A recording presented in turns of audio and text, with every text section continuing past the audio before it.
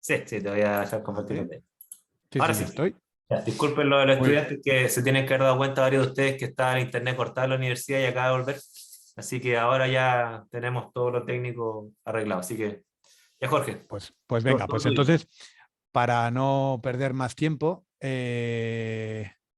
voy a continuar donde lo habíamos dejado el otro día, que estábamos analizando la vaya, estábamos analizando la controversia. Pero vamos a opciones del puntero. ¿Vale? Y luego habíamos hablado un poco de cómo explorar la controversia, ¿no? Entonces, para la localización de materiales, muchas veces lo que tenéis que hacer es guiar por quién gana y quién pierde con el tema de los debates, ¿vale? Con las dos ideas que están enfrentadas en la controversia. Entonces, muchas veces es muy fácil buscar información a base o a través de quién está interesado en estar a favor del tema de la controversia y quién está en contra, ¿no? Eso muchas veces os permitirá encontrar información de una forma rápida. Luego, por otro lado, pues tenéis muchas fuentes, pero todo esto ya os lo ha explicado Waldo en sus temas y no simplemente os lo paso por encima para que cuando os cuelgue la clase que os quede todo como un conjunto, ¿no? Entonces, ahora me gustaría rápidamente pasar por los tipos de razonamiento, que esto es algo también que yo creo que habéis visto con Waldo, pero como digamos al final todo el tema del pensamiento crítico se basa en el razonamiento, pues yo lo voy a exponer de una forma muy breve también, que me imagino que será complementaria a la de Waldo y está bien que tengáis dos puntos de vista, ¿no? Entonces, el razonamiento es el proceso de extraer conclusiones de premisas y evidencias y evidentemente si estas premisas son sólidas y el razonamiento está bien llevado a cabo, pues evidentemente pues, las conclusiones serán aceptadas por la audiencia. Hay dos tipos de razonamiento, el deductivo, que es un razonamiento que es un argumento sólido, es un argumento de peso y es cierto o no es cierto. ¿Vale? No tiene más. Y el argumento inductivo, en cambio, va de lo particular a lo general y es un argumento que simplemente respalda. Un argumento inductivo no es cierto o falso. Un argumento inductivo es más o menos contundente. ¿Vale? Por ejemplo, un argumento deductivo, pues si es los planetas giran alrededor del Sol, la Tierra es un planeta, por lo tanto la Tierra gira alrededor del Sol. Entonces, si os fijáis, yo he puesto dos premisas, que los planetas giran alrededor del Sol y que la Tierra es un planeta.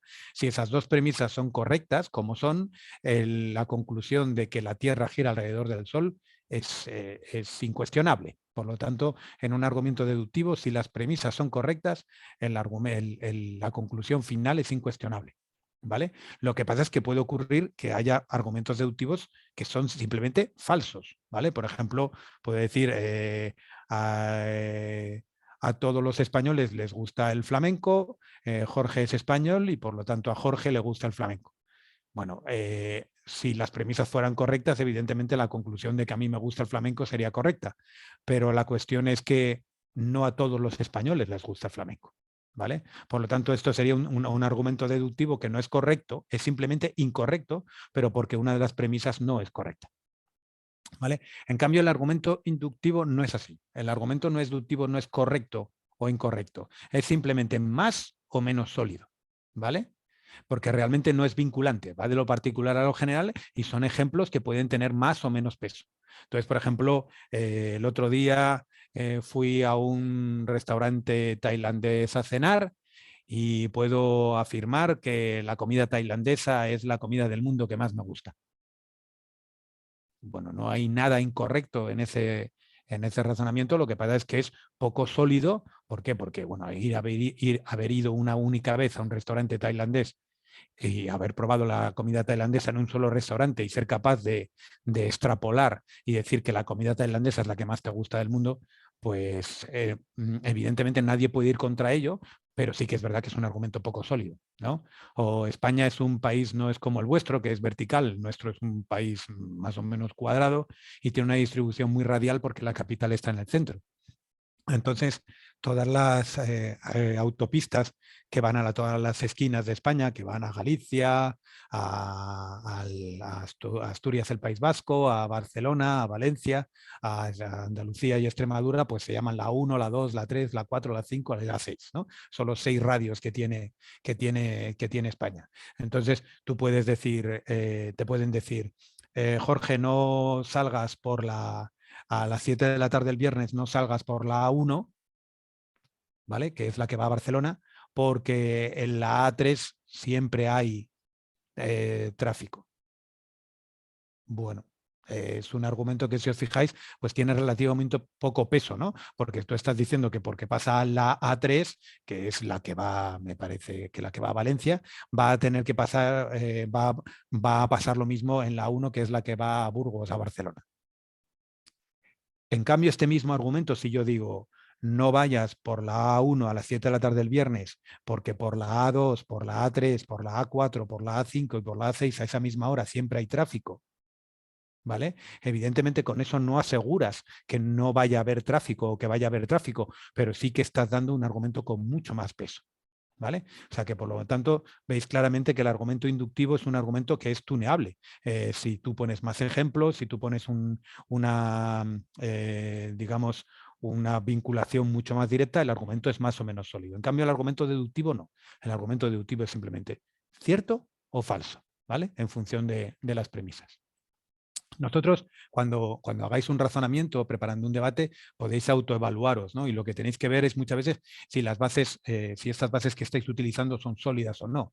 Hay que ver muchas veces si lo que estáis utilizando son las buenas razones. ¿Os acordáis? Habíamos dicho que muchas veces tú tienes muchos argumentos que puedes utilizar en un debate, pero las buenas razones serían los que están ajustados a tu audiencia y que son las que van a tener más capacidad de convicción en tu audiencia, ¿no? Entonces, muchas veces aquí, más que ser una base sólida, muchas veces es, ¿estoy utilizando la argumentación correcta en función de la audiencia que tengo? ¿Vale?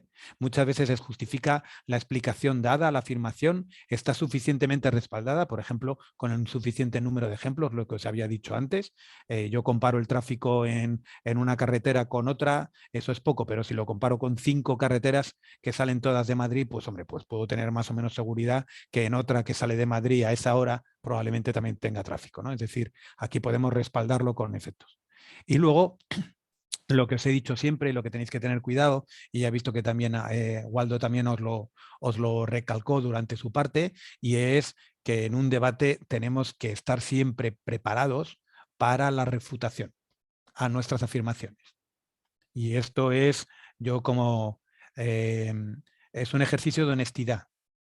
No hay, esto pasa con todo, pasa con cualquier presentación que hagáis desde un punto de vista científico, pasa con una presentación que hagáis desde un punto de vista divulgativo o pasa simplemente con vuestra argumentación en un debate.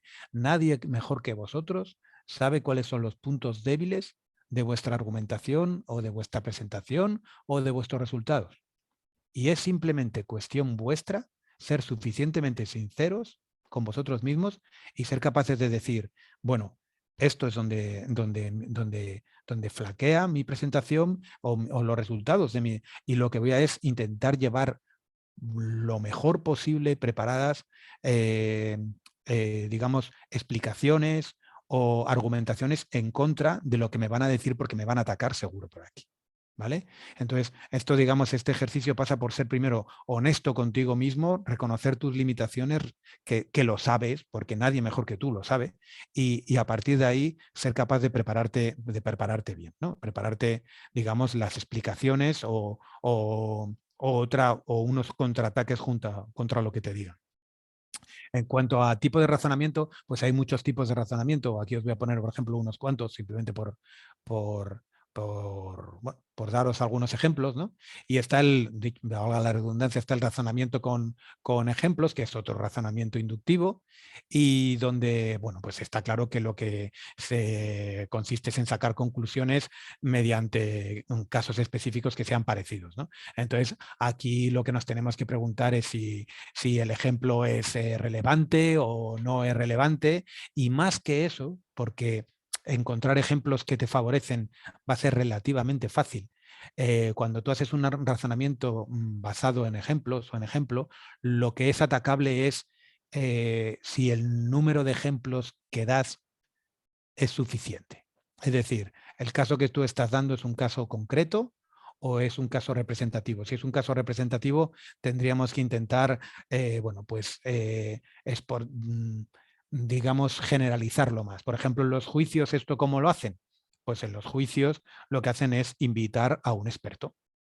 ¿Vale? Entonces tú invitas a un experto en la materia que se supone que domina todos los ejemplos y si él te está diciendo lo que tú quieres oír, entonces es como que él va detrás de la opinión del experto van todos los ejemplos detrás. O por ejemplo, otra vez, valga la redundancia, cuando en un artículo científico que tú estás escribiendo, pues haces una referencia a una revisión científica. Ya no estás haciendo referencia simplemente a un artículo, sino a una revisión científica donde hay muchos artículos que realmente están respaldando tu afirmación. ¿Vale? O sea que en este caso de razonamiento lo que tenemos que hacer es estar completamente seguros de que estamos dando suficientemente ejemplos y otra vez lo mismo, de que no hay ejemplos que, digamos, igual que hay ejemplos que apoyan nuestra argumentación, que no haya ejemplos que vayan contra nuestra argumentación. Y si los hay, prepararlos para que si los sacan, que seamos capaces de rebatirlos. ¿Vale? Otra vez es muy, muy importante preparar no solo la argumentación a favor, sino la argumentación en contra. También se pueden hacer razonamientos por analogías, ¿no? Por ejemplo, en base a situaciones que sean muy parecidas. Imaginaos, por ejemplo, Oviedo es una ciudad del norte de España que tiene más o menos unos 250.000 habitantes, ¿no? Entonces, imaginaos que el ayuntamiento, el alcalde de Oviedo en el pleno, pues lo que quiere, en el pleno de la alcaldía, lo que quiere es sacar el tema de que quiere subir los impuestos, ¿no? Y pone pues la analogía de decir, pues miraros, hay otra ciudad en el norte de España, que es Logroño, que tiene unos impuestos mucho mayores que Oviedo. Y yo creo que deberíamos subir entonces los impuestos en función de esa analogía. Entonces aquí lo que tenemos que ver es si existen puntos con similaridad o no. Es decir, Oviedo y Logroño son dos ciudades de una población parecida, en torno a 200.000 habitantes, están los dos en el norte de España y tienen un grado de industrialización parecido. Bueno, pues digamos, existen puntos similares. Ahora, ¿son estos puntos críticos para llevar a cabo la comparación de los impuestos? O a lo mejor los puntos críticos que deberíamos tener en cuenta para comparar los impuestos en dos ciudades tendrían que ser a lo mejor la renta per cápita o el número de servicios que da la ciudad. Porque claro, yo puedo poner muchos impuestos cuando estoy ofreciendo muchos servicios a los ciudadanos. No puedo poner muchos impuestos si no ofrezco servicios. Entonces, si os fijáis, hay más puntos diferenciadores que puntos que permiten la similaridad. Por lo tanto, en este caso sería bastante rebatible ese razonamiento por analogía. Entonces lo que tendríamos que hacer pues sería darle fuerza a nuestro argumento y decir, hay 7 o 8 ciudades en España, como en el norte de España, Oviedo, Santander, Coruña, Torrelavega, Gijón, San Sebastián, y todas ellas tienen menos impuestos que Oviedo y que por lo tanto quiero subir los impuestos en Oviedo. Ahí, si os fijáis, pues ya es más difícil de rebatir porque ya nos estamos comparando con muchas más ciudades. ¿Vale? Como siempre os había dicho, el argumento inductivo es un argumento que se puede hacer más o menos contundente en función de los ejemplos que pongas, ¿no? También están los razonamientos causa-efecto. Bueno, pues esto ya los habéis visto también con Waldo. Aquí hay que distinguir claramente las causas necesarias de las suficientes, ¿no? Bueno, pues una causa necesaria, pues ya lo sabéis, evidentemente es aquella que es suficiente para que se dé,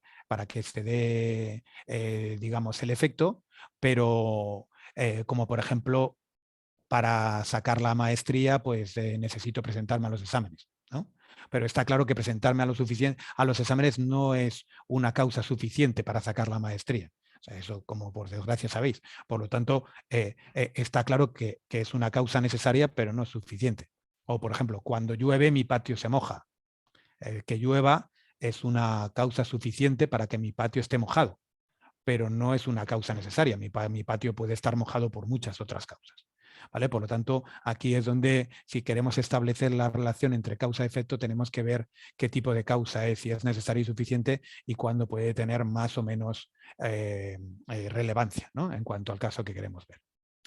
Y en cuanto al razonamiento, bueno, pues ¿cómo lo estructuramos? Pues como os había dicho antes, lo primero es reunir información, elegir los argumentos que vamos a utilizar para extraer nuestras conclusiones. Unos serán principales, ¿vale? Que si es mejor si son deductivos porque son absolutos. Otros serán secundarios que nos darán más contundencia, y aquí es donde a lo mejor podemos utilizar un mayor número de argumentos inductivos, ¿vale?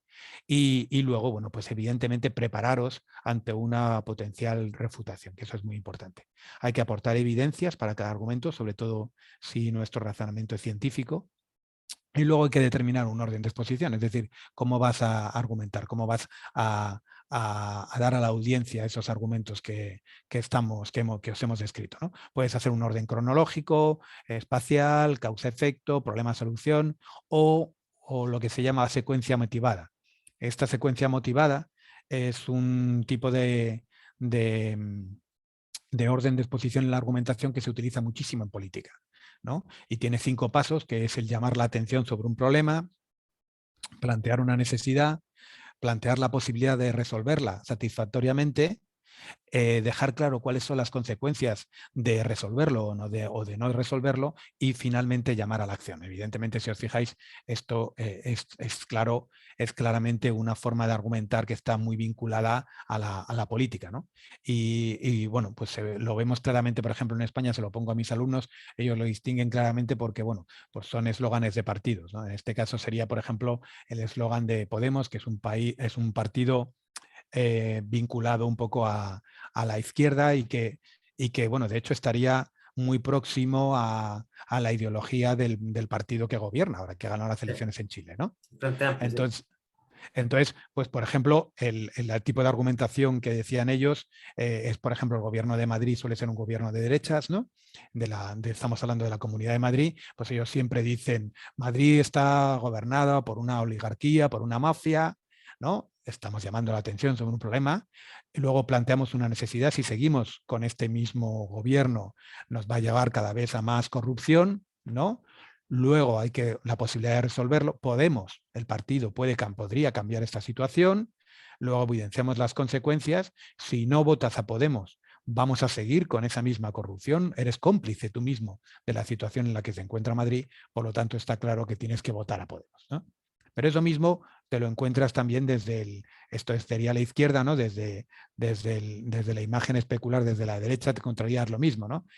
Cuando el Partido Popular argumenta contra Podemos, pues siempre argumenta con lo mismo, ¿no? Dice, España corre el riesgo de convertirse en Venezuela, aquí es el argumento del PP, de país que de repente ha pasado de una situación relativamente estable y saneada económicamente a una situación mucho peor, ¿no? Y entonces aquí el Partido Popular siempre lo utiliza como ejemplo para atacar a Podemos, ¿no?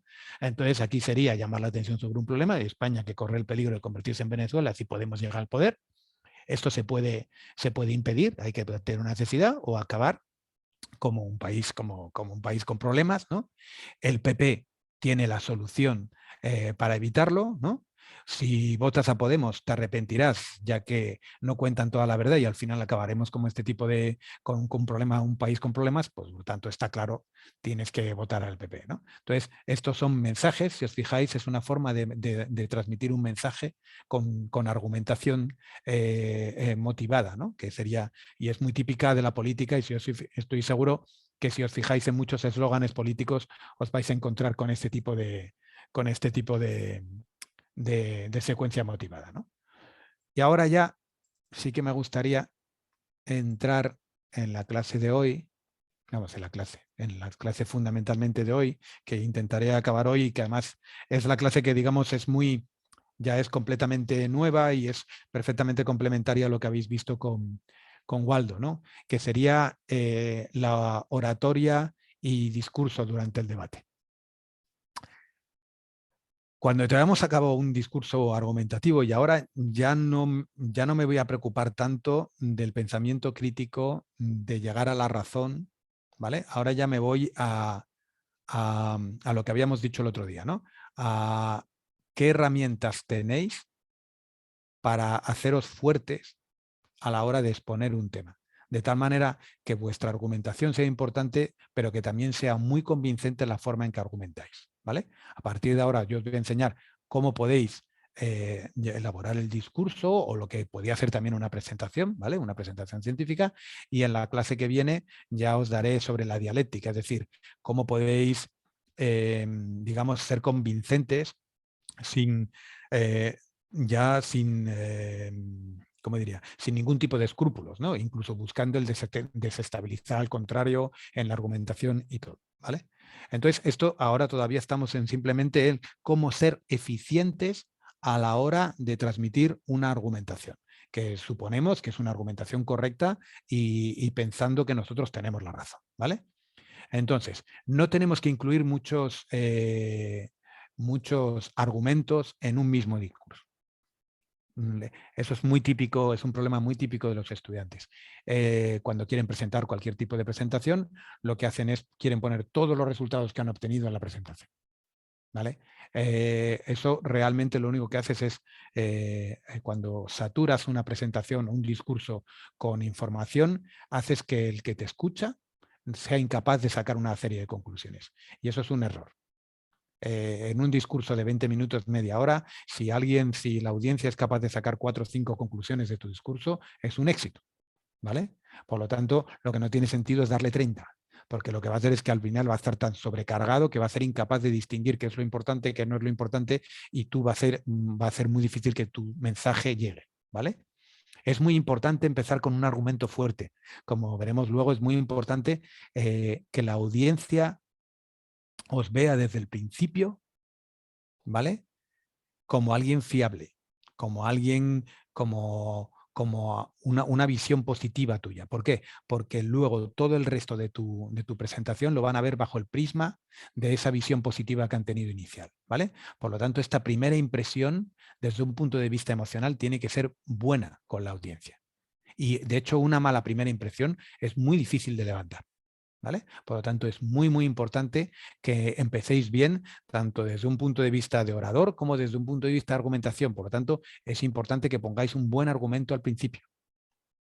Luego una serie de argumentos, y el argumento más poderoso tiene que ser el último.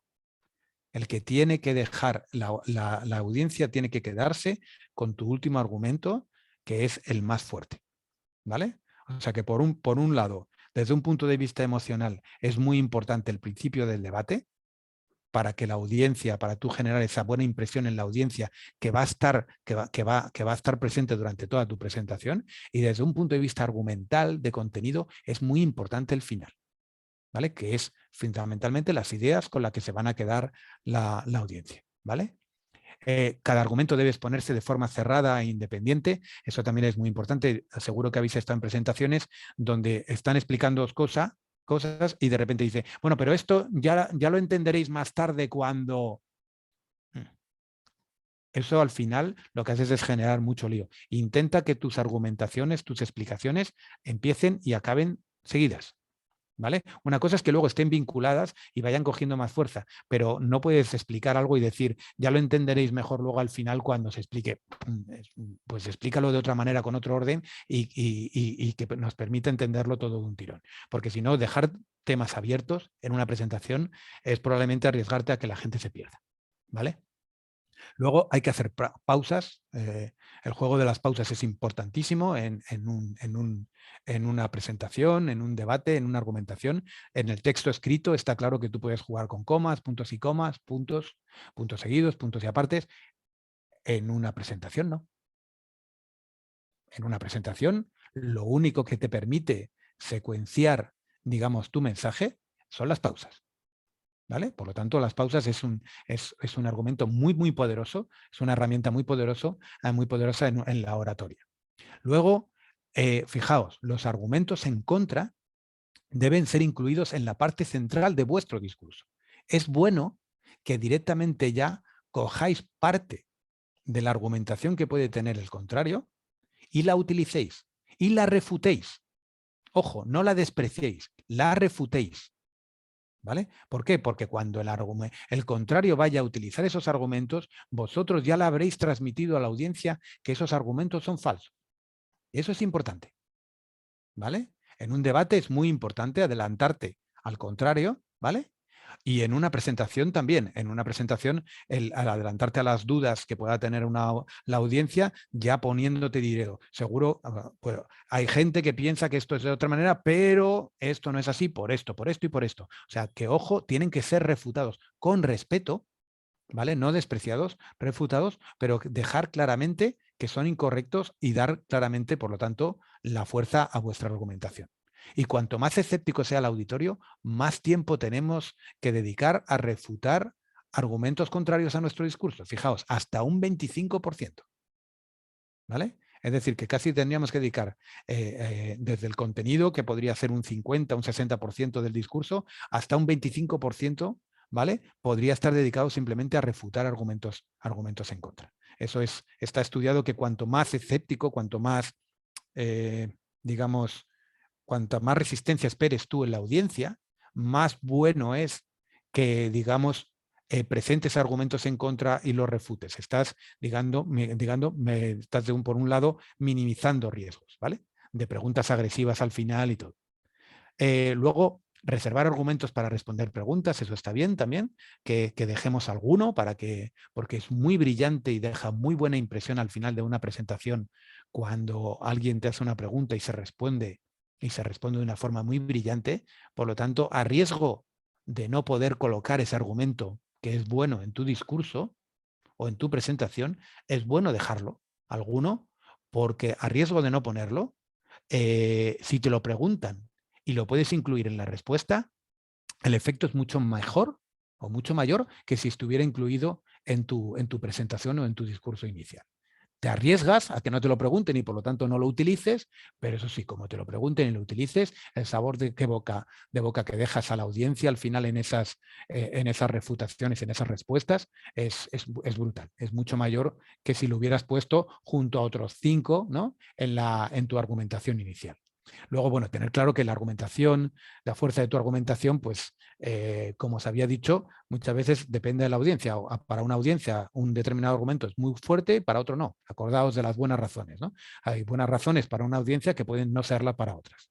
Y tener cuenta también esto. Tú puedes hacer una presentación impecable desde el punto de vista argumental.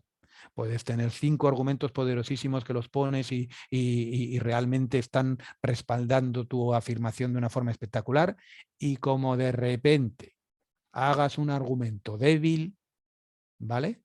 La gente a lo único que van a hacer las preguntas va a ser a tu argumentación débil. El efecto que va a quedar y el sabor de boca que va a quedar en la audiencia es el de tu argumentación débil. ¿Vale? Por lo tanto, la debilidad de tu argumentación te lo marca la debilidad de tu argumento más débil. Y por tanto, ante la duda, no pongáis un argumento. Es mejor poner solo 3 argumentos buenos que poner 4 o 5 y 2 de ellos que no sean buenos. ¿Vale? Eso va a generar más dudas que respaldar vuestra argumentación.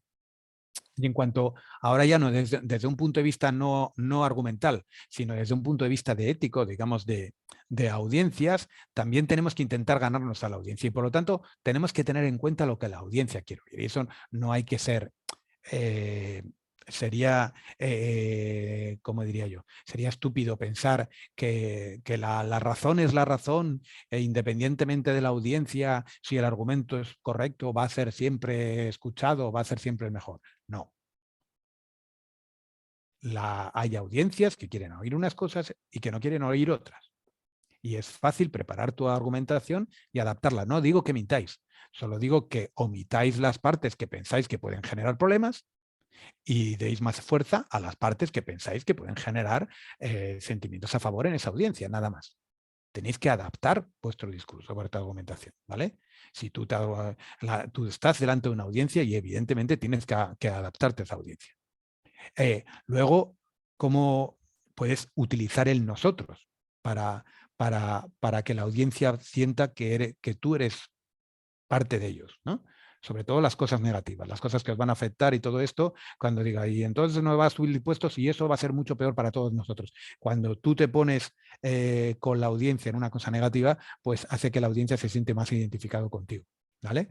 Pues remarcar la peligrosidad del opuesto, eso es relativamente obvio, y refutar propuestas alternativas, pues, también, como os había dicho antes, y aquí pues eso, es lo de siempre. Hay que adaptarse también, no solo a la audiencia, sino también a los tiempos.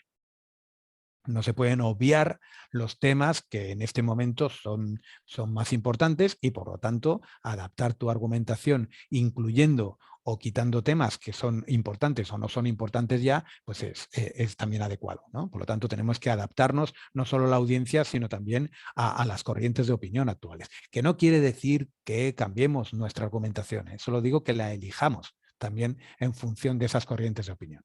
Y luego, no hay que apabullar con lo que se sabe, ¿vale? Es lo que os había dicho antes. Meter 27 argumentaciones en una presentación de media hora no va a hacer que tu argumentación sea mejor. Probablemente después de acabar de hablar la audiencia no tendrá ni idea de cuál era el mensaje que quería transmitir, ¿vale? Además de transmitir una cierta imagen de prepotencia, que no es bueno. Aquí acordaos que ya estamos viéndonos un poco, tenemos que vernos también un poco no solo en lo que transmitimos, sino en la imagen que damos, ¿vale? Y, y, y poner mucha información en plan, mirar todo lo que sé y todo lo que sé mucho más que vosotros y mirar todo esto, al final a la audiencia lo que genera es un cierto rechazo, ¿vale? Y eso tampoco es bueno. Está claro que un buen orador es aquel que sabe de lo que habla, que está preparado, que sabe cómo hablar, ¿no?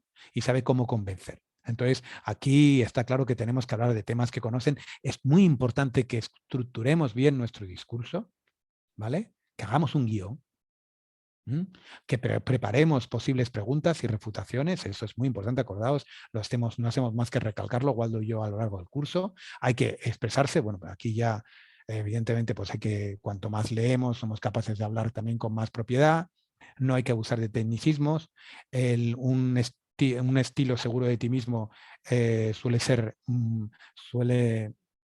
llegar mucho mejor a la audiencia. Esta gente que habla como que parece que no se lo cree, es muy complicado convencer a alguien cuando parece que no te lo estás creyendo ni tú mismo, ¿vale? Y igual, que es lo que digo aquí, hay gente que habla de un tema y parece que está dando el tiempo, ¿vale? Aquí decimos dando el tiempo diciendo que mañana por la tarde va a llover. Es decir, hay gente que parece que lo expone con una neutralidad que es difícilmente transmites pasión o transmites o vas a ser capaz de motivar o atraer hacia tu causa cuando realmente lo haces con muy poco interés. Tienes que mostrar interés, apasionarte, ¿vale? Y la seguridad también es muy importante. Bueno, pues estos son, digamos, un poco, a ver qué hora tenemos, sí, las fases del discurso, ¿vale? Hay un tiempo anterior al discurso que también es importante. El saludo inicial parece que no, pero también es muy importante. Luego la introducción, la parte principal, digamos, a la que la gente le dedica el 99% del tiempo y del esfuerzo, no dándose cuenta de que esto también es importante y esto también es muy importante, ¿vale? Sobre todo la gente prepara fundamentalmente la parte del discurso y la parte de las conclusiones cuando la introducción es fundamental, ¿vale? Y también incluso la parte inicial del discurso, cuando todavía no has empezado ni a hablar. Toda esta parte lo tenéis muy bien explicado en este libro, en Oratoria, no sé si lo tenéis aquí abajo, El arte de hablar, disertar y convencer, de Jürg Studer, y está traducido al castellano, por lo tanto yo creo que es bastante fácil de conseguir, ¿vale? O sea que no debería. Es un libro muy ameno y muy fácil de leer. La verdad es que a mí me gustó mucho cuando estaba preparando el curso, ¿vale? Bueno, pues a ver, vamos a hablar entonces de estas fases del discurso. Jorge, perdona que Tengo levantaron la mano. Levantaron la sí, mano Andrés. Andrés yo está es que haciendo no una lo veo pregunta. cuando comparto pantalla, entonces si me Sí, transmites, sí, sí. dime el... Andrés. Sí, quería preguntar cómo sería un saludo acorde. A eso te lo voy a decir ahora, no te me adelantes, Andrés. Ya. Ahora mismo os voy a hablar del saludo inicial, ¿vale? Tanto esta como esta diapositiva, os voy a intentar hablar un poquillo de cómo deberemos hacer el saludo. Ya, ¿Vale? gracias. De todas maneras, si ves que tienes alguna duda después de estas dos diapositivas, me lo comentas otra vez, ¿vale? Ok. Muchas gracias. ¿Alguna otra cuestión? Por ahora no. ¿Alguien? ¿No? Vale. Bueno, pues lo que os había dicho Yo creo que se me ha quedado aquí. Que el tiempo anterior al discurso, es decir, antes incluso de que hayamos hablado, hay cosas que son muy importantes. Y acordaos lo que os había dicho antes. Hay dos momentos del discurso que son fundamentales. El inicial, desde un punto de vista emocional. Ya no desde un punto de vista de contenido argumental, desde un punto de vista emocional. Ahí es donde vamos a dar una primera impresión. Y esa primera impresión tiene que ser positiva. En esa primera impresión está todo, ¿vale? Está nuestra seguridad en nosotros mismos, incluso nuestra impresión visual. Tenemos que caer bien y ser fiables en esa primera impresión, porque luego nos van a escuchar todo el discurso con esta primera impresión. ¿Vale? Entonces, bueno, aquí evidentemente puntualidad y comprobar que las condiciones ambientales en el discurso son correctas, vamos a suponer que todo esto se da por hecho, ¿no? Pero lo que sí que es importante, ¿vale? Es la apariencia física. Bueno, aquí más que ser importante, cuando hablamos de apariencia física parece que estamos hablando de que tenemos que ir con traje o tanto masculino como femenino. No, la apariencia física es una apariencia correcta, ¿vale? Y en la que la propia persona esté, digamos, contenta y satisfecha con ella misma. No tiene por qué ser de una determinada. Hay, evidentemente, determinadas audiencias que sí que os van a exigir un determinado, y eso es verdad que hoy en día a lo mejor suena como retrógrado, ¿no? Deciros que a veces tenéis que vestir de una determinada manera, pero os mentiría si dijera que para determinadas audiencias la vestimenta importa. ¿Vale? Entonces eso es un factor que tenéis que tener en cuenta. Para muchas otras no, eso está cambiando y muchas otras no, pero para otras sí. Y ahí es donde os digo que tenéis que saber delante de quién habláis. ¿Vale? Entonces eso tenéis que, y sois vosotros mismos los que sabéis perfectamente si depende de la audiencia que tenéis, si tenéis que ir con una vestimenta o podéis ir con otra vestimenta más acorde con vuestra forma de vestir, ¿vale? La aproximación, cuando tenéis que hablar, tiene que ser tranquila y con decisión, ¿vale? Se le nota a esta gente que sale a hablar cuando hay una tarima o va a dar una charla y sale y se la nota que va como medio encogida y va nerviosa, ya está dando una mala impresión. Y probablemente cuando empieza a hablar con la voz con duda, eso al final lo que va a generar es una mala impresión que va a acompañar durante toda la presentación, aunque mejore, ¿vale? Entonces eso tenemos que intentar no hacerlo, tenemos que intentar transmitir al principio una muy buena impresión porque nos va a acompañar esa impresión durante todo el discurso, ¿vale? Si hay atril o si hay un sitio donde vais a hablar, no pegarse demasiado, hay gente que parece que se está escondiendo detrás de ello, ¿vale? Y luego una cosa que es muy importante es no empezar a hablar hasta que haya silencio, ¿vale? Y se haya establecido, y vosotros hayáis establecido un contacto visual. Esto yo creo que si habéis asistido a alguna conferencia lo veréis, que hay mucha gente que es capaz de salir y sin mirar al público y sin nada empiezan a hablar cuando todavía el público ni se ha enterado casi que hay alguien que ha empezado a hablar, ¿no? O eso también nos pasará. Hay profesores, yo por lo menos los tenía durante la carrera, que entraban en la clase, llegaban, se subían a la tarima, empezaban a dar la clase y ni ellos mismos esperaban a que la gente se callara. Es una cosa. Entonces, es imposible que la audiencia te respete si tú no te respetas a ti mismo. Entonces, no puedes empezar a hablar si no hay silencio. Y si tienes que estar un minuto esperando a que la gente se calle, estás un minuto esperando a que la gente se calle y mirándole a los ojos a la gente que está hablando. ¿Vale? Si no dais esa imagen de seguridad, es muy difícil, y de respeto, es muy difícil que luego la audiencia misma os respete.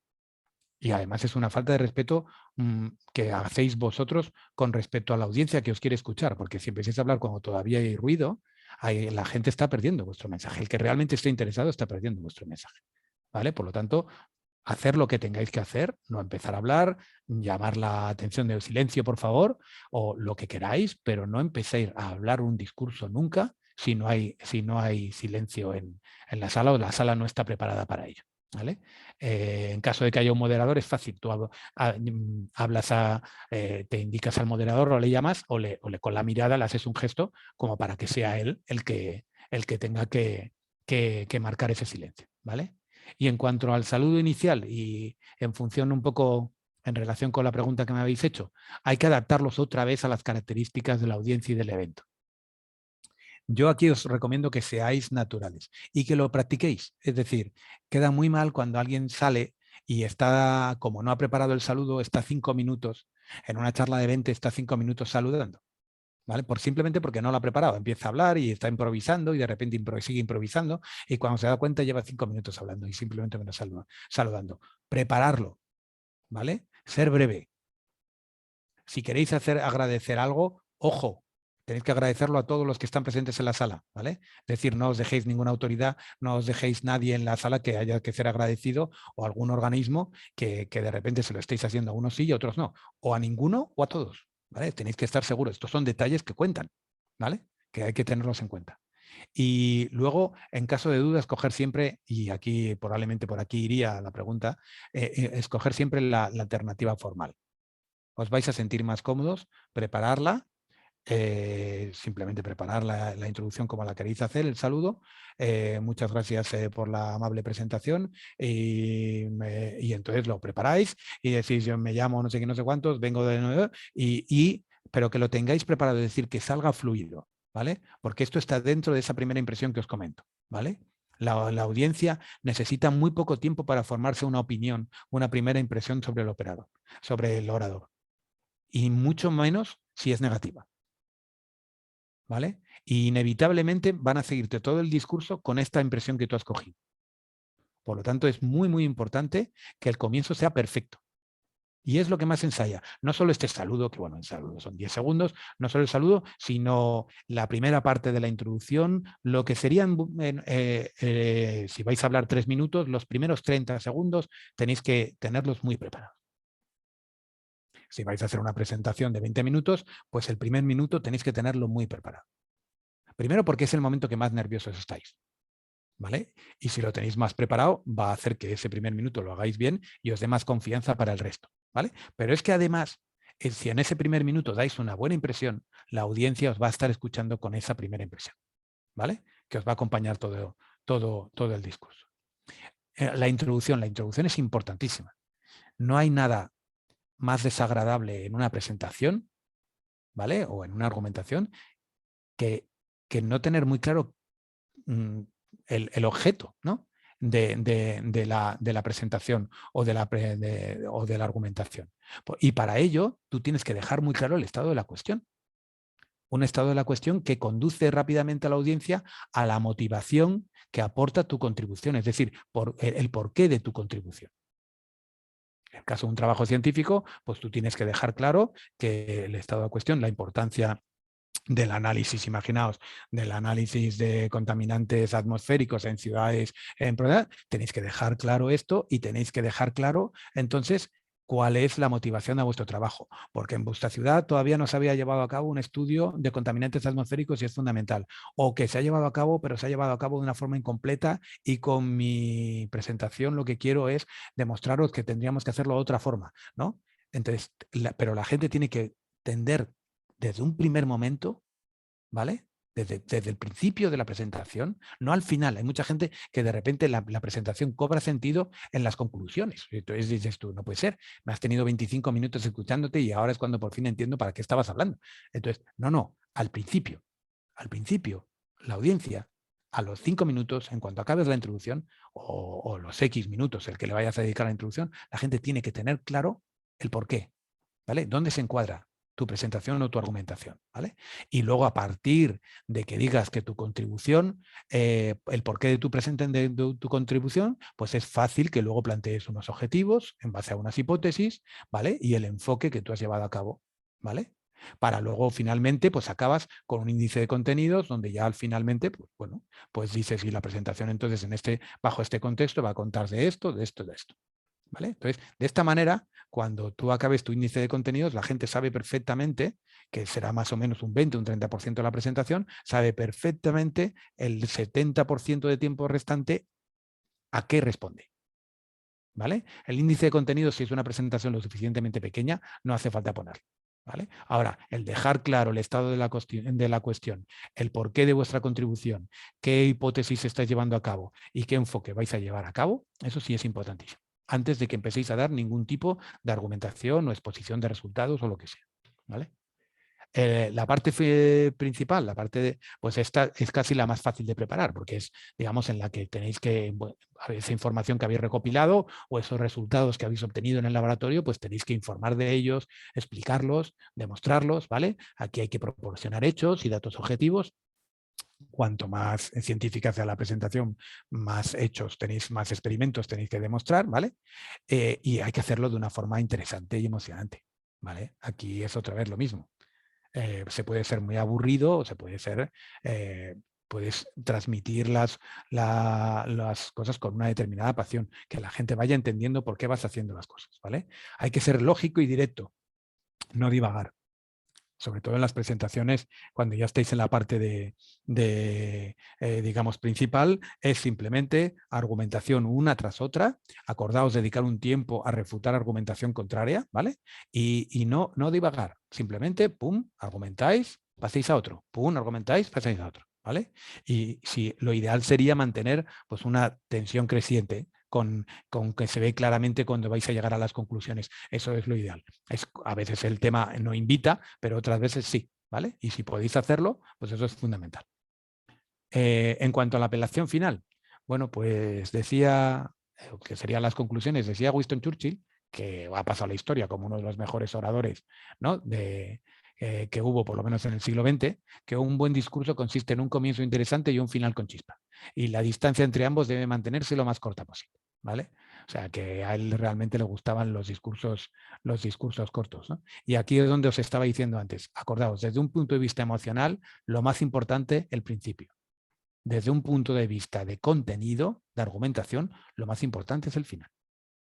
Estos son los dos mensajes que se va a quedar la gente. El emocional con el principio y el argumental o el de los resultados o el del contenido con el final, ¿vale? Por lo tanto, el argumento más importante debe darse al final, justo antes de las conclusiones.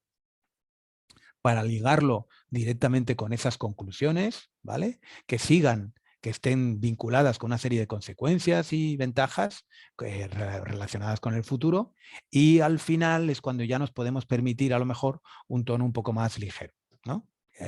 Pero ahí es muy complicado, y eso tiene que ver también con lo que os había dicho antes en la clase anterior, que el humor en un discurso tienes que estar muy seguro de ello.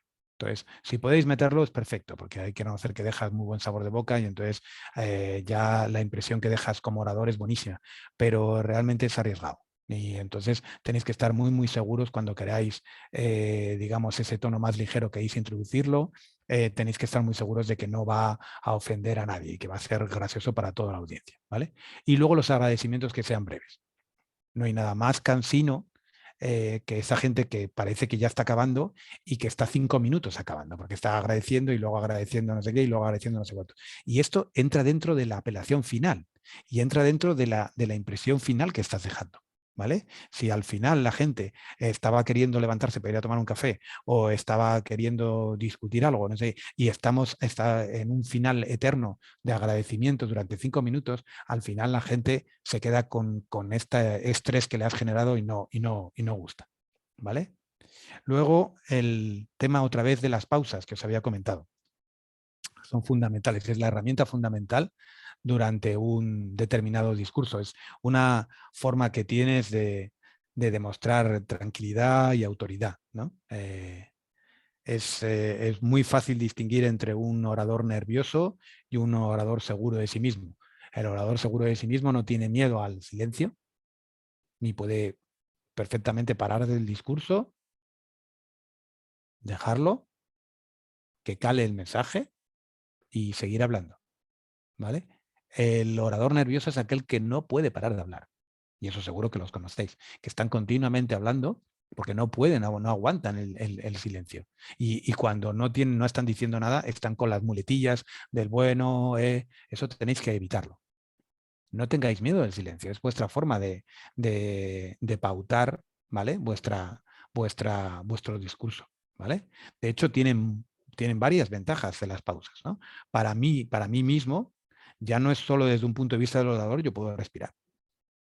Yo puedo parar de vez en cuando y esta pausa que doy de vez en cuando, además del significado que pueda tener la pausa, a mí me da la opción de respirar y de coger aire un poco, ¿vale? A la audiencia le das tiempo también a que asimile a lo mejor algún mensaje importante que le haga, ¿vale?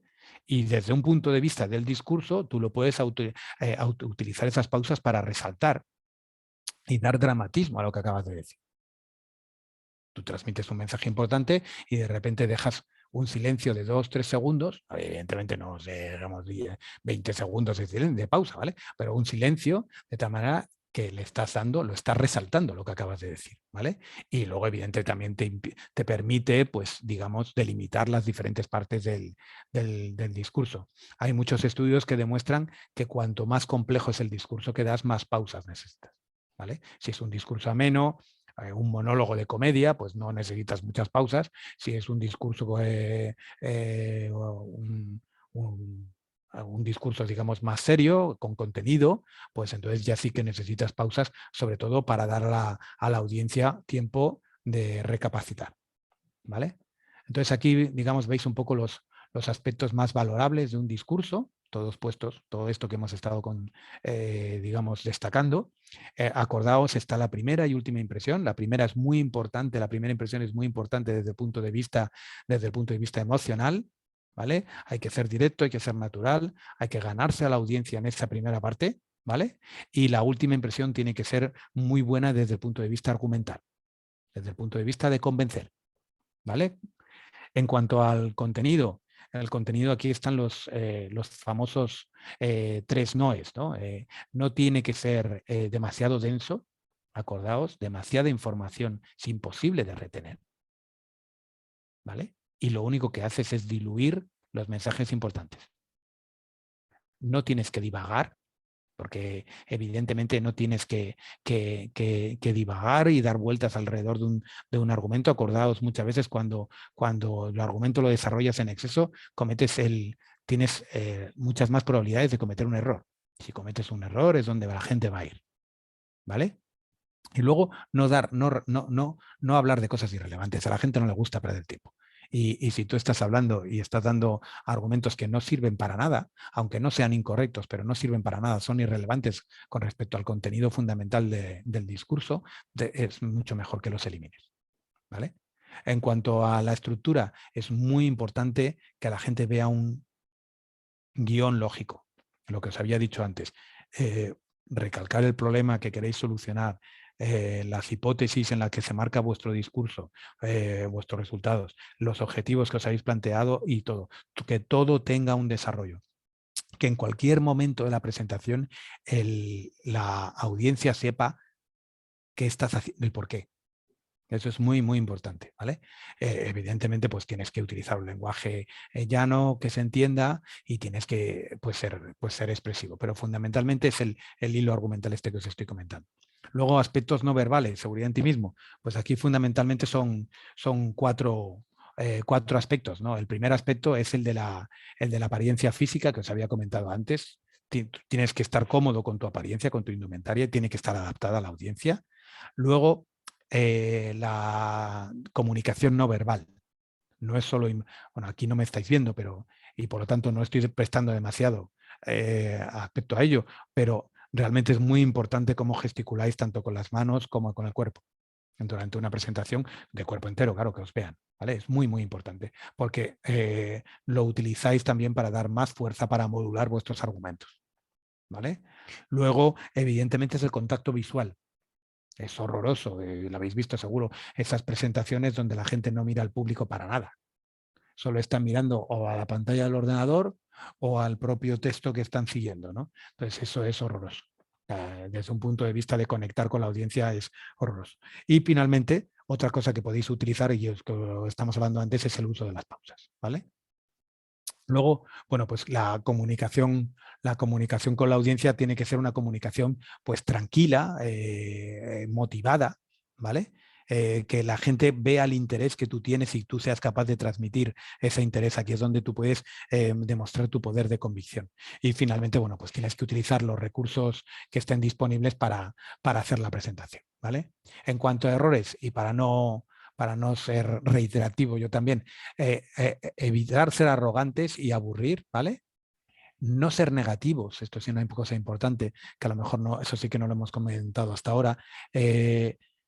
Cuando la gente únicamente se dedica a recalcar aspectos negativos de los otros en una presentación, la impresión que terminas transmitiendo no es buena, ¿vale? O sea, evidentemente tú puedes criticar determinados puntos de vista, determinados resultados, lo que quieras, pero no puedes basar todo tu discurso en negatividad. ¿Vale? Eso no transmite, al final el mensaje que transmite no es correcto.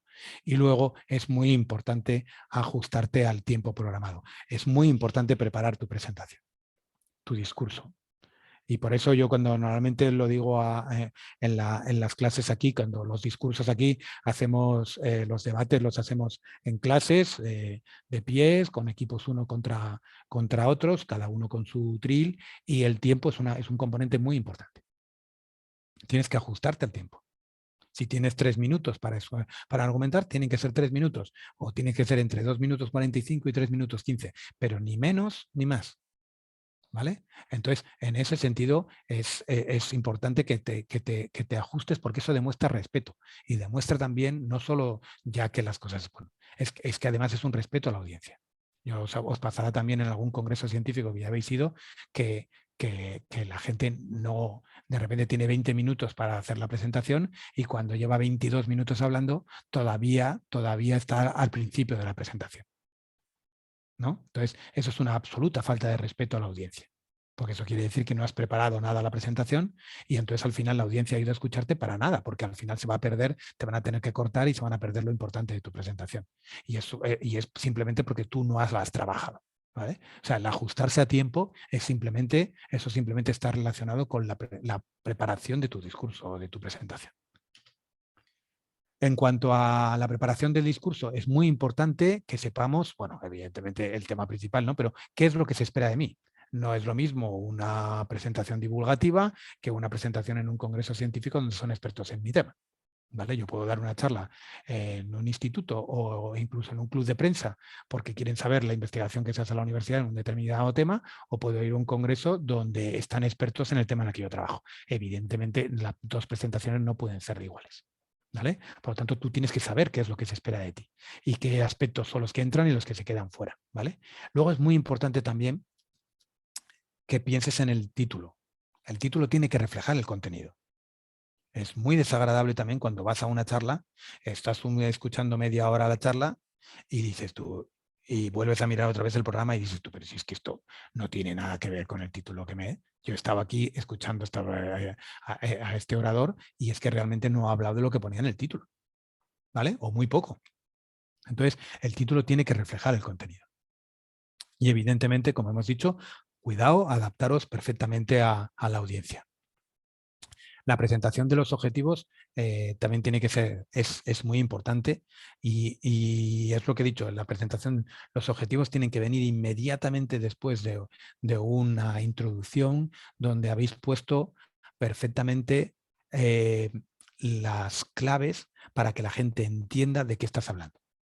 Yo se lo digo siempre a mis estudiantes de doctorado. Ahora organizamos un congreso la semana que viene y algunos estudiantes de doctorado tienen que dar unas presentaciones y siempre les digo lo mismo. Vienen a decir, oye, Jorge, ¿me puedes echar un vistazo a la presentación? Y yo antes de echar ningún vistazo a ninguna presentación de PowerPoint, yo lo que les pido siempre es un storyboard de la presentación. Es decir, ellos tienen que coger un papel y si tienen 15 minutos, pues saben que tienen imaginaos, yo normalmente el factor que suelo utilizar es 1,5, es decir, si tengo 15 minutos, podíais poner, pues digamos, 20 diapositivas, 20 slides, y entonces contar la historia primero. Hacer los 20 pantallitas en un papel grande y contar la historia, es decir, hacer un guión de vuestra presentación antes de poner a hacerla. La gente se pone a hacer presentaciones, está horas y horas y horas haciendo diapositivas y luego se dan cuenta de que tienen que eliminar la mitad de las diapositivas porque el tiempo no les da para ello o porque se han ido del tema, ¿no? Entonces, hacer un hilo argumental donde dejéis muy claro qué es lo que queréis dedicar a la introducción, cuántas diapositivas le vais a dedicar a la introducción de todas las diapositivas que tenéis o del minutaje que tenéis en vuestro discurso, ¿vale? ¿Cuánto le queréis dedicar a esto? ¿Cuánto le queréis dedicar a aquello? ¿Vale? Entonces, eso es importante. Y bueno, pues luego, en cuanto al contenido, pues es recopilar la información suficiente, ¿vale? Acordaos, hacer un guión de esa audiencia. Es muy importante que la audiencia se sienta guiada, que la audiencia sienta perfectamente, si en cualquier momento de la presentación o del discurso, sepa de qué estás hablando y para qué. ¿Vale? Eso es muy importante y eso simplemente es prepararlo. Que lo hayáis preparado. No, y esto, igual que os lo comentaba antes, ese hilo conductor que os comento, es muy difícil hacerlo cuando ya habéis hecho la presentación. Si habéis hecho la presentación o la discusión sin haber hecho ese hilo conductor y luego se lo queréis dar, va a quedar artificial. Es decir, primero tenéis que generar el guión y hacer luego el discurso o la presentación de acuerdo a ese guión. ¿Vale? Si no, vais a intentar aprovechar las diapositivas que habéis hecho o el discurso que habéis hecho, lo vais a intentar adaptar al guión y no es así. Es las diapositivas y el material y el discurso lo que se tiene que adaptar a ese hilo conductor, ¿vale? Porque si no se nota realmente la diferencia. En cuanto bueno, pues si no sois muy buenos oradores y os cuesta hablar libremente, pues lo que podéis hacer es utilizar fichas. ¿Vale? Y como siempre, preparar fundamentalmente, si hay algo que tiene que estar muy bien, acordaos, es el comienzo y el final del discurso. ¿Vale? Desde un punto de vista emocional el comienzo, desde un punto de vista argumental el final. Si utilizamos fichas, aquí os doy algunos consejos, ¿no? Fundamentalmente es no girarlas. Esto distrae a la audiencia. Las fichas van una detrás de otra, o al lado o una detrás de otra, pero nada de estar girando las fichas, ¿vale? Igual ocurre con los folios en un manuscrito literal. Se ponen al lado sin voltear. Y además, si os fijáis muchas veces, la mayoría de los discursos políticos que son largos, los políticos cogen el papel y lo ponen al lado. No lo voltean y lo ponen detrás, ni nada. No hacen nada con el papel, solo lo mueven a un lado. Porque si no, distrae a la audiencia. ¿Vale? Entonces aquí tenéis algunos mensajes con respecto, con consejos con respecto a esto. Pues bueno, antes de empezar o de terminar, que me gustaría, Sony 28, voy a dejar aquí lo que sería la clase, que me quedan las 2 diapositivas, para así empezar la clase final con el discurso y luego entrar en dialéctica. Y lo que sí quería comentaros es que entre Waldo y yo ya hemos seleccionado los 4 temas, ¿no?, que van a entrar en los 2 clases de debate que tenemos al final del curso, ¿vale? En base a las opiniones que mandaron ellos mismos. ¿Ya? Sí, en base a vuestras opiniones las hemos reestructurado, las hemos intentado copiar y yo creo que son los temas que, por lo que me dijo Waldo, los temas que más interés daban y que dan pie a debates, como hemos dicho, en donde puede haber un poco de pasión, ¿vale? Acordaos de Dukakis y del vídeo que os puse el otro día, ¿vale? Lo importante que es decir, en función de la audiencia, y cuando queráis convencer, un argumento dicho de una manera u otra puede ser convincente o puede destrozaros el discurso, ¿vale? Entonces, aquí sí que, como todos los temas son medianamente emocionales y medianamente casi filosóficos, ¿no? Pues entonces digamos que sí que podemos utilizar todos nuestros recursos oratorios y dialécticos que os daré todavía en la clase siguiente, ¿vale? Entonces mañana prepararé ya los grupos van a ser los mismos que habéis tenido en los debates anteriores, ¿vale? Lo único es que el grupo 8, que tenía 4 participantes, uno de los 4 participantes va a pasar a otro grupo, ¿vale?, que se quedaba con 2 y de esta manera haremos que todos los grupos tengan 3. Entonces mañana os mando cuáles son los grupos, cuáles son los debates y qué grupo tiene que discutir a favor o en contra de cada uno de los temas, de los 4 temas que veis aquí, ¿vale? Y también lo que serían las normas específicas para esos debates dialécticos, digamos, que vamos a tener en las 2 últimas clases, ¿vale? Bien. Pues muy bien, entonces yo creo que con esto No sé si estos temas, si estáis de acuerdo que estos temas reflejan más o menos vuestros intereses, si no, si hay alguno, todavía estamos a tiempo en cambiar alguno, ¿eh? Quedaron algunos fuera, pero eran los que tenían menos apoyo, ¿ya?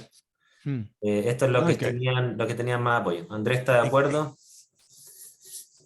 Y como decía Jorge, aquí hay emocionalidad, no es solo racionalidad, aquí también hay emocionalidad, entonces se Sí, presta aquí para hay, trabajar. aquí hay argumentos que se pueden utilizar desde un punto de vista de pensamiento crítico y que evidentemente van a ser más o menos convincentes, pero luego también aquí hay que jugar con tu oratoria, aquí la capacidad de transmitir, como hemos estado hablando en esta clase, ¿vale? Y luego también con diferentes trucos que os enseñaré de dialéctica en la última clase que tenemos antes de los debates para, digamos, daros herramientas de lucha en un debate, que os pueden ayudar en un debate, ¿vale? Y por otra parte también son bien contingentes a nuestra realidad nacional. Los 4 temas se han discutido este último año. Así que ahí también inspírense en buenos ejemplos que tenemos en nuestro país. Bueno, hay buenos y malos ejemplos de oradores en nuestro país. Sí, bueno, eso en todos los sitios, claro, evidentemente. ¿Vale? Pues entonces, mañana, para que lo tengáis cuanto antes, a ver si mañana puedo acabar con ello y entonces genero ya los grupos definitivos, los temas que se enfrentan cada grupo, ¿vale? Y las normas para que podáis empezar a preparar los debates ya cuanto antes. Porque el martes que viene las no posturas tenemos... que les toca defender, hay que Claro, eso. Aunque acordaos que realmente vosotros tenéis que recopilar información y la información tanto a favor como en contra, porque es muy importante tener en cuenta la información que va en contra de lo que tenéis que defender, porque eso lo tenéis que utilizar vosotros también, ¿vale? Y lo tenéis que utilizarlo para rebatirlo vosotros directos mismos, como os he dicho, en vuestro discurso, o para hacer interpelaciones al discurso del contrario y rebatir sus argumentos, ¿vale? Pues muy bien. Entonces, el martes que viene yo me parece que no teníamos clase, ¿no? Por alguna... Era libre por algo. No sé. Sí, el martes que viene es la semana sin clases ni evaluaciones en nuestra universidad. ¿Ya? Vale. Así que nos veríamos en 2 martes más. Así que tenemos... Vale, entonces en 2 martes más tenemos la clase de dialéctica, la final, y luego ya los siguientes 2 últimas clases serían los debates. ¿Vale? Muy bien. Eso. Gracias, Jorge. Pues muchísimas gracias a vosotros. Hasta luego, cuidaros. Bien. Saludos. Buenas tardes a Chao, todos. profe. Chao. Chao. Hasta luego, profesor. Muchas gracias. A vosotros.